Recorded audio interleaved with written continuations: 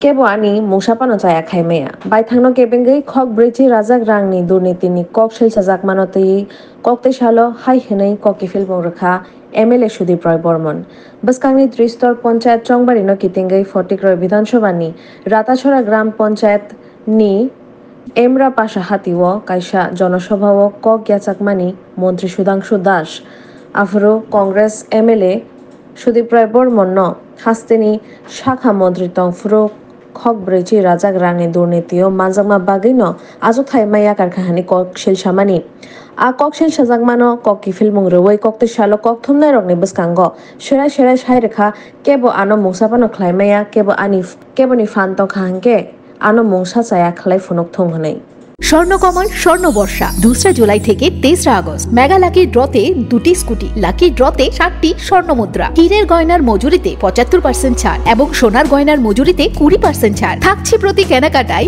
নিশ্চিত উপহার এছাড়া যে কোনো হলমার্ক যুক্ত গয়নার সমমূল্যের হলমার্ক যুক্ত নতুন গয়না কেনার সুবর্ণ সুযোগ স্বর্ণকমল জুয়েলার্স আজই আসুন আমাদের আগরতলা এবং উদয়পুরের শোরুমে শর্তাবলী প্রযোজ্য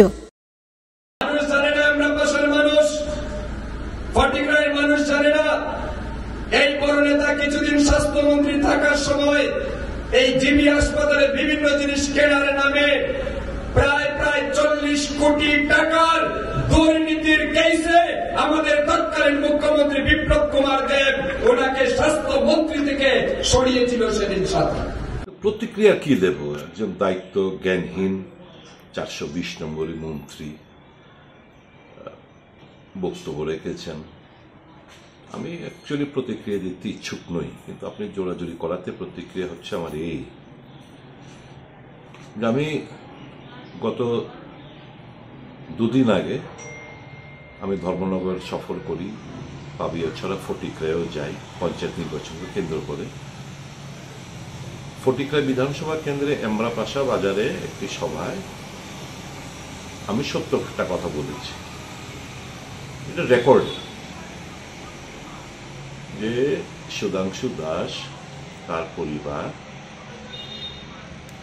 অন্তোদয় যোজনার পরিবার, মানে বিপিএল থেকে চরম অর্থনৈতিক দুরবস্থার মধ্যে একটা সময় ছিল। এমন কি আলোকদানের প্রদীপ কিংবা জাদু উনি জানেন যে 2018 সালে ভারতীয় জনতা পার্টি ক্ষমতা আসার পর বিধায়ক থাকাকালীন উনি বিয়ে করেছেন এবং কোটি কোটি টাকা উনি বিয়েতে খরচা করেছেন, এটা সকলে দেখেছেন। ওখানে সবাই জানে যে একচাটিয়া ওখানে নেগোসিয়েশন বাণিজ্য ওনার নেতৃত্বে ওনার ভাইরা করছেন, 2 ভাই, একজন সমস্ত ঠিকাদারি ওনারা ছাড়া কেউ পান না, আর সুপারি বার্মেস সুপারি এবং রাবার চারা সাপ্লাই অন্য কেউ পান না। গরুর গাড়ির থেকে মাসোয়ারা সবাই জানেন। ওনার স্ত্রী এত ক্ষান্ত নন, ওনার স্ত্রীকে NHM-এ প্রচুর সংখ্যক ডেন্টিস্ট রাজ্যে বেকার রয়েছে। NHM-এ প্রথমবার কোনো লিখিত পরীক্ষা ছাড়া ওনার স্ত্রীকে চাকরি পাইয়ে দিয়েছেন। এই সত্য কথাগুলো আমি ওখানে তুলে ধরেছি। এটা কাউন্টার দিতে গিয়ে উনি বলেছেন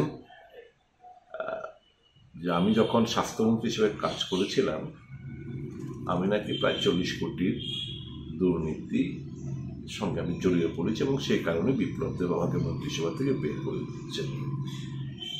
তো আমাকে তো বের করেছে 2019-এর 31শে মে, আজকে প্রায় 5 বছর ওর বেশি সময় হয়ে গেল। তো 5 বছর পর হঠাৎ করে এই অভিযোগটা কেন? সত্যটাকে আড়াল করার জন্য? একজন মন্ত্রীর কাছ থেকে উনি যদি অভিযোগই করেছেন, উনি বলতেন যে এত তারিখ অমুক দরপত্রে অমুক এই 9-6 একটা স্পেসিফিক অভিযোগ করতেন, আমার কোনো বলার ছিল না। একটা ফিকটিশিয়াস একটা অভিযোগ যার কোনো তার ভিত্তি নেই, উনি অভিযোগটা করলেন। ওনার ব্যাপারে যে সত্য কথাগুলো বলেছে সেগুলো আড়াল করার জন্য, দৃষ্টির মানুষের অন্যত্র ঘুরিয়ে দেওয়ার জন্য। তার মধ্যে অভিযোগ কেন করবে? একদম এরা ক্ষমতায়, সমস্ত agency, ED, CBI, income tax, police, vigilance সমস্ত কিছু এদের হাতে। অভিযোগ না করে আমি জিজ্ঞেস করতে পারি না কেন আমার বিরুদ্ধে আইনানুগ ব্যবস্থা, কেস রেজিস্ট্রি হলো না? এই অভিযোগের মানে কি? একটা মন্ত্রিসভার মন্ত্রী তো উনি অভিযোগ করলে এটার একটা ভিত্তি থাকতে হবে। এই সমস্ত ভিত্তিহীন অভিযোগ করে নিজেকে আরো 420 হিসেবে, হালকা মন্ত্রী হিসেবে, দায়িত্ব জ্ঞানহীন মন্ত্রী হিসেবে উনি নিজেকে তুলে ধরেছে। আসল কথা হচ্ছে লুটে ফুটে খাচ্ছেন ওনারা। আর আমাদের বুকের পাটার জোর আছে বলেই তো আমরা বিজেপি ছেড়ে দিয়ে বেরিয়ে এসেছি এই দুর্নীতির এই নগ্ন চিত্র দেখে। আমাদের কোনো ভয় নেই, আমাদের কোনো এজেন্সির কোনো ভয় নেই, কারণ আমরা সত্যের পথে চলি। রাজনীতিটা করি ক্ষমতা ভোগ, এদের মতো ক্ষমতা ভোগ আর অর্থ আদায়ের জন্য না। এরা তো এর জন্য মন্ত্রিসভা কিছু করতে পারবে না। যারা টাকা অন্যায়ভাবে রোজগার করছে এরা মোদী সাহেব কিংবা অমিত শাহ সাহেব কিংবা ভারতীয় জনতা পার্টির প্রতি একটু শব্দ করতে পারবে না। আমরা আমাদের স্লেট ক্লিয়ার রেখে রাজনীতিটা করি, কারণ আমরা রাজনীতিটা করি এই ক্ষমতা এবং অর্থের জন্য না। মানুষ না খেয়ে মারা যাচ্ছে, তার এলাকার অবস্থা করুন, কাজ নেই, খাদ্য নেই, এই সমস্ত ব্যাপার নিয়ে করে শুধু নিজের ধান্দা। বেকারত্বে ফুসছে যে ঠিক আছে সবাই মিলেমিশে করুক না, সবাই উপকৃত রোজগার করুক না, এই ধ্যান ধারণা সম্পূর্ণভাবে রাজ্যে শুধু সুধাংশু কেন, সারা রাজ্য জুড়ে একই চিত্র। এই চিত্রগুলো যখন আমি উত্থাপন করেছি স্বাভাবিক গায়ে লেগেছে এবং মিথ্যা এই সমস্ত অভিযোগ করতে শুরু করেছেন। আমার বিশ্বাস, আমি জানি না ওনার যে রাজনৈতিক গুরু বিপ্লব কুমার দেব, সেও তো এই অভিযোগটুকু করলো না যে উনি তখন মুখ্যমন্ত্রী ছিলেন। সে তোমার সবচেয়ে বড় ক্রিটিক, সবচেয়ে বড় রাজনৈতিক শত্রু বটে, তো উনি তো করলেন না। উনি করেছেন, ওনার সব প্রুফ লাইভ উইথ হিম। আমি বলবো ওনাকে, যেহেতু দায়িত্বশীল মন্ত্রী, সবার সদস্য উনি খোলাসা করে বলুক যে এই ক্ষেত্রে উনি 9-6 করেছেন। সমস্ত অফিসাররা মহাকরণে যারা কাজ করেছেন কিংবা যারা চেনেন জানেন, সবাই জানে আমি সত্যের পথে আমি চলি, নিষ্ঠার সাথে কাজ করেছি এই 14 মাস। একটা কারোর থেকে একটা করে মানুষের হয়ে কথা বলতে এসেছি, ছেলে কথা বলছি না কাউকে। সাহস থাকলে আমার একটা বাল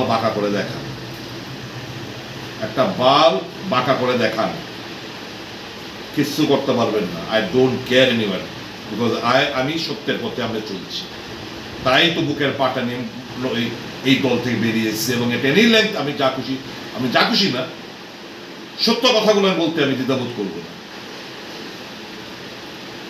কি করবেন? আছেই কি, যাবেই কি, কিচ্ছু করতে পারবেন না। এই সমস্ত চিপ অভিযোগ করে নিজেকে সাধু প্রমাণ করার চেষ্টা করবেন না।